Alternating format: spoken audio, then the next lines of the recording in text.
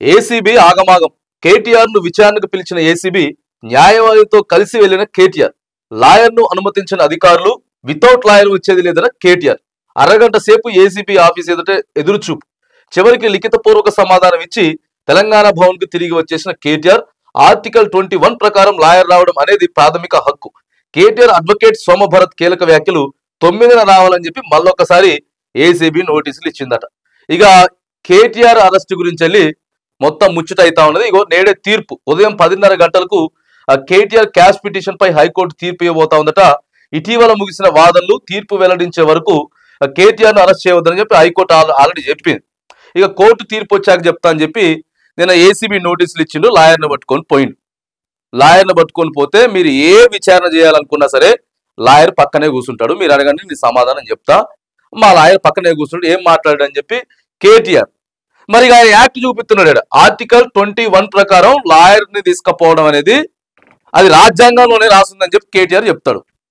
ఇక ఇటు పోతే ఏసీబీ అధికారులు మాత్రానికి లాయర్ రావడానికి వీలు లేదు. ఓ అరగంట సేపు ఇక బయటే మాట్లాడిండు. లిఖిత పూర్వకంగా కావాలంటే మళ్ళీ 9వ తారీఖు వస్తా అని చెప్పేసి తీసుకొని పడి. అసలు దేనికోసం ఇదంతా? కేటీఆర్ ని అరెస్ట్ చేయండి. కేటీఆర్ 55 కోట్లు నిజంగానే ఆర్బీఐ పర్మిషన్ లేకుండా విదేశీ కరెన్సీ మన కరెన్సీని మార్చిండు. ఈ ఫార్ములా కేసుల తర్వాత ఇప్పుడు ఎలక్ట్రల్ బాండ్లు వచ్చినాయి. మరి ఎలక్ట్రల్ బాండ్ల కాంగ్రెస్ వాళ్ళు తీసుకున్నారు, బీఆర్ఎస్ వాళ్ళు తీసుకున్నారు ఎన్నికలప్పుడు. ఇప్పుడు అవి బయట పెట్టిండ్రు. కాకపోతే కేటీఆర్ నే మొత్తం హైలైట్ చేసి ఏ సమస్య లేనట్టు దేనికోసం కేటీఆర్ అరెస్టు ప్రజలకి దేనికోసం చెప్పురు. పొంగులేటి గారేమో అప్పుడు పోయి బాంబులు వెళ్తాయి అన్నప్పుడు స్టార్ట్ అయిన ముచ్చట రోజుకి కొంచెం ఇగో తీసుకొచ్చి అరెస్ట్ చేయాలి. అరెస్ట్ చేస్తే ఏమవుతుందండి? అరెస్ట్ చేస్తే మహా అయితే 1 నెల ఉంటాడు, లేకపోతే 2 నెలలు ఉంటాడు, అంతే కదా. వచ్చిన తర్వాత ఎవరికి వెళ్తుంది సింపతి? ఇది కాంగ్రెస్ వాళ్ళకి అర్థమైతలేదు. కాంగ్రెస్ వాళ్ళకి అర్థం కాక ఓ పక్క ఏసీబీని వాడి ఏడ దొరుకుతుందా అని చెప్పేసి ఆడబట్టుకొని దాని మీద ఈ చూపియండి, 6 గ్యారెంటీల మీద చూపించండి దృష్టి. దృష్టి లేదు. ఇగో మేము 2500 మహిళలకు ఇస్తాం, ఇగో పలానా డేట్ అని చెప్పి ప్రకటించండి, దానికోసం ప్రణాళికలు సిద్ధం చేయండి.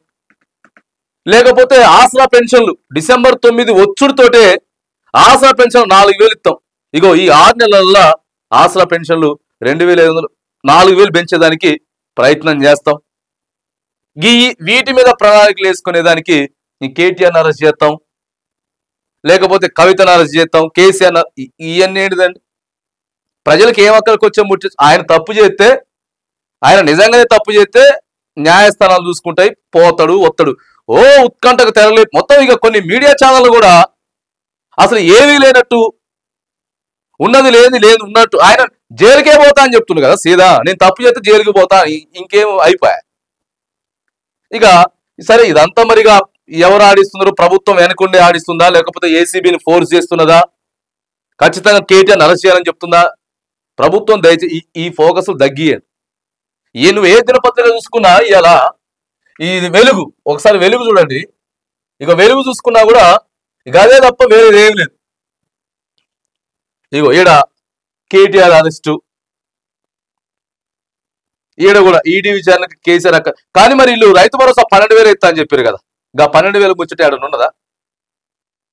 ప్రజలకు అక్కడికి వచ్చే ముచ్చట్లు పక్కగా పెట్టేసేసి ఇక అన్ని రివెంజ్ రాజకీయాలు ప్రస్తుతం రాష్ట్రంలో అయితే జరుగుతూ ఉన్నాయి. ఇది కాంగ్రెస్కే దెబ్బ అవుతుంది. తెలిసి కూడా అరెస్ట్ చేస్తాం, ఆయన పోతా అంటున్నాడు. పోతా నెల 2 నెలలైనా ఉంటా అంటున్నాడు, వస్తాడు.